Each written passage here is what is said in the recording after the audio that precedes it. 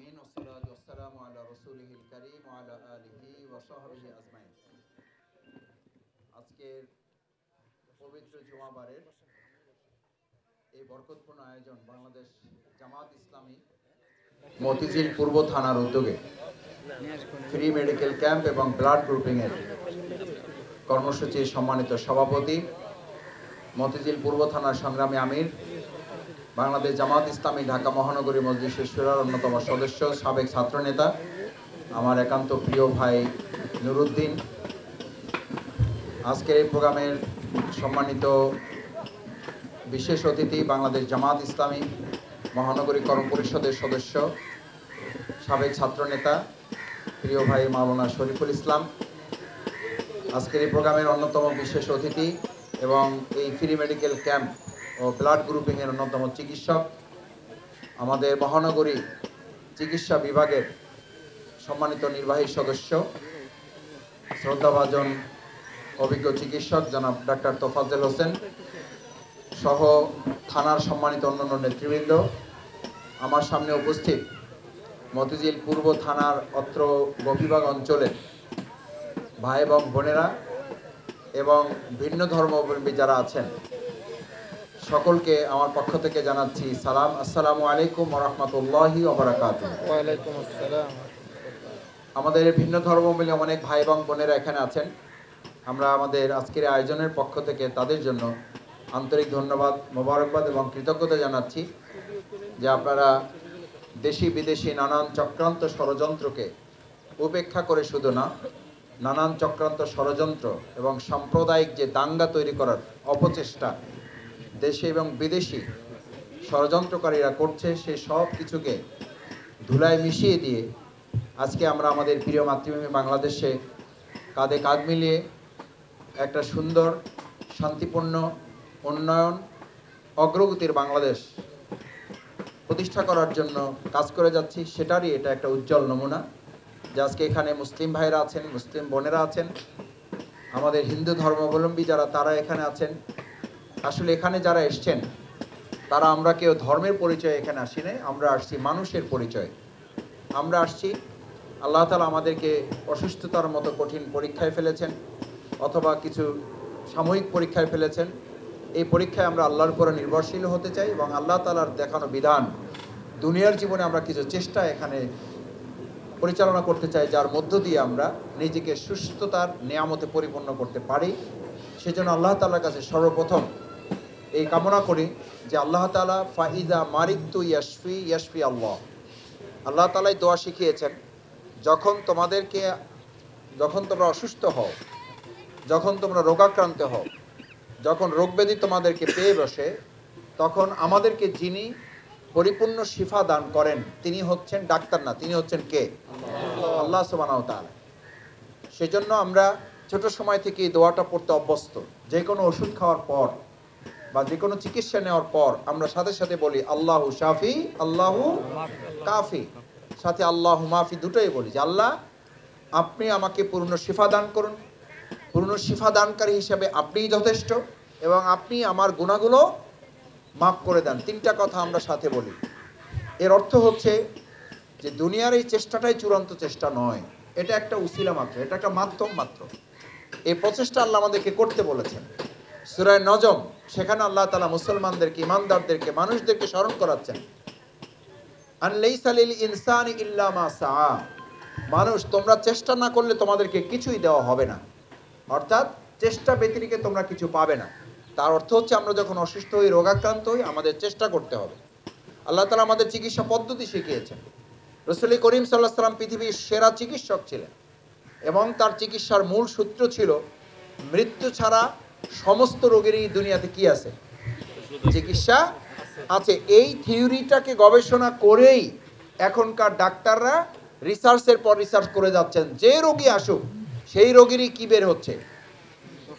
ঔষধ, vaccine, treatment বের হচ্ছে। কারণ এই চিকিৎসার মূল সূত্র প্রথম আবিষ্কার করে দিয়ে গেছেন প্রিয়নবী মুহাম্মদুর রাসূলুল্লাহ সাল্লাল্লাহু আলাইহি সাল্লাম, যে মৃত্যু ছাড়া সমস্ত রোগীরই আল্লাহ তাআলা কি দিয়েছেন?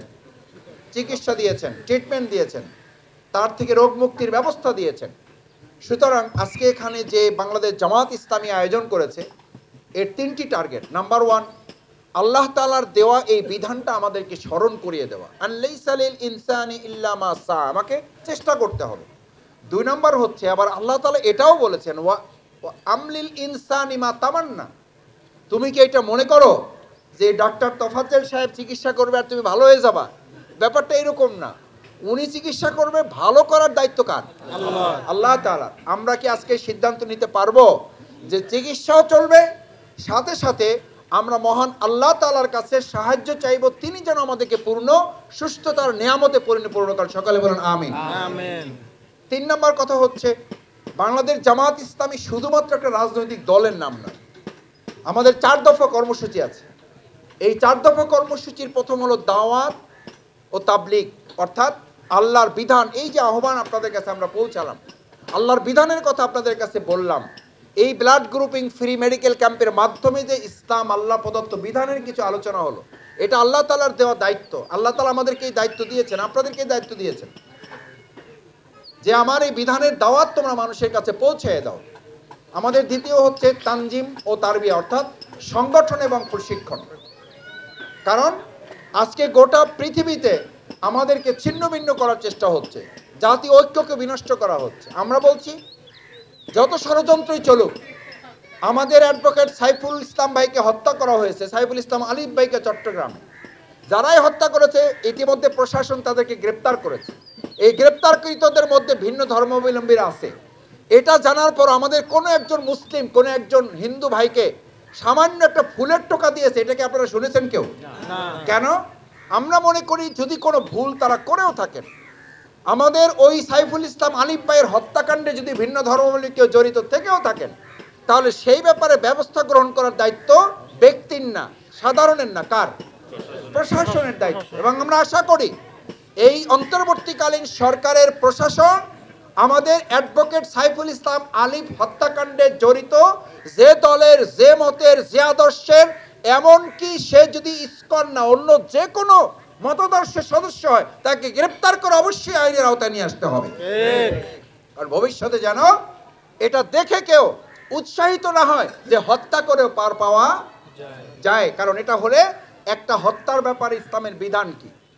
একজন ব্যক্তিকে হত্যা করা মানে একটা গোটা জাতিকে হত্যা করার শামিল।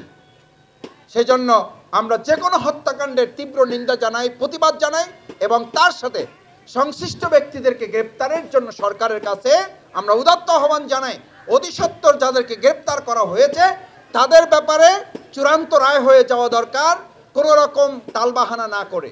এবং যারা এখনো গ্রেপ্তার হয় নাই তাদেরকে গ্রেপ্তারের আওতায় নিয়ে এসে এটা নিশ্চিত করা, ভবিষ্যতে আর হত্যাকাণ্ড তো দূরের কথা, কেউ কাউকে যেন একটা আঘাত নয় ফুলের টোকা দিতে আর সাহস না পায়। সম্মানিত ভাইয়েরা, জামাত ইসলামীর আর একটা দায়িত্ব হচ্ছে আমাদের নিজেদেরকে পবিত্র পরিশুদ্ধ করা।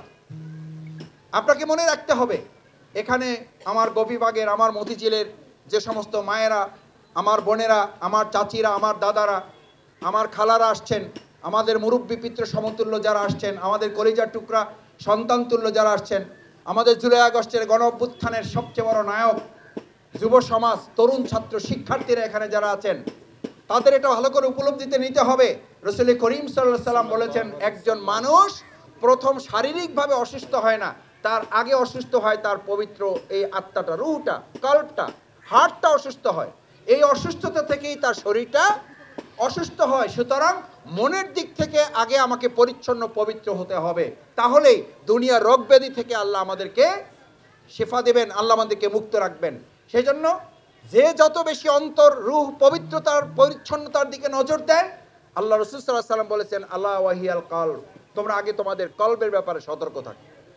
যদি তোমার রূহটা ঠিক থাকে, কলবটা ঠিক থাকে, তাহলে তোমার শরীরটা অপেক্ষাকৃত সুন্দর সুস্থ থাকবে। দেখেন, কিছুদিন আগে আমাদের করোনা গিয়েছিল, করোনার সমস্ত নির্দেশনা যেগুলো মানতে বলা হয়েছে, সবগুলো নির্দেশনায় মূলত ইসলামের এক একটা নির্দেশনা। বলা হয়েছে বারবার হাত ধো, বারবার হাত ধোয়াটা আসলে ইসলামেরই একটা বিধান। উযু করা মানে কি? বারবার হাত ধোয়া। বলা হয়েছে যে যত বেশি পরিচ্ছন্ন পবিত্র থাকবে, করোনা থেকে তত বেশি সে কি থাকবে? মুক্ত থাকবে। ইসলাম আপনাকে পবিত্র পরিচ্ছন্ন থাকতে বলেছে। করোনার ব্যাপারে বলা হয়েছে যেটা আপনার শরীরের জন্য উপকারী ওটা খাবেন, যেটা উপকারী নয় ওটা খাবেন না। ইসলামও তাই বলেছে, হালাল ভক্ষণ করো, হারাম পরিত্যাগ করো। এবং হারামের উপকরণের সাথে করোনার একটা বিরাট সম্পর্ক সেই সময় বিজ্ঞানীরা, চিকিৎসা বিজ্ঞানীরা বলেছেন। এগুলো যারা বেশি ভক্ষণ করে তাদেরকে আল্লাহ তাআলা তত বেশি এর সাথে সম্পৃক্ত করেছেন বলে বিজ্ঞানীরা তাদের গবেষণায় বলেছেন। এবং গোটা পৃথিবীতে বলা হয়েছিল করোনায় সবচেয়ে বেশি ক্ষতিগ্রস্ত হবে বাংলাদেশ, কিন্তু আল্লাহর মেহেরবানি, আলহামদুলিল্লাহ, আমি বিশ্বাস করি এই দেশের 95% মুসলিম ইসলামের উপরে কিছুটা প্র্যাকটিস করেন বলেই সেই সমস্ত বিজ্ঞানীদের গবেষণাকে মিথ্যা প্রমাণ করে আল্লাহ তাআলা বাংলাদেশকে হেফাজত করেছেন না করেননি? এমন কথাও প্রচলিত ছিল যে লাশ পড়ে থাকবে, জানাজা দেওয়ার কেউ থাকবে না। আমাদেরকে আল্লাহ তাআলা সেই কঠিন পরীক্ষা থেকে হেফাজত করেছেন। আমি আজকে আপনাদেরকে এটা বলতে চাই এই জন্য যে ডাক্তার ওষুধ দিবে, এই ওষুধের পাশাপাশি কাশি থেকে বাঁচার জন্য হারাম ধূমপান থেকেও আমাদেরকে বিরত থাকতে হবে। পারবো আমরা ইনশাআল্লাহ?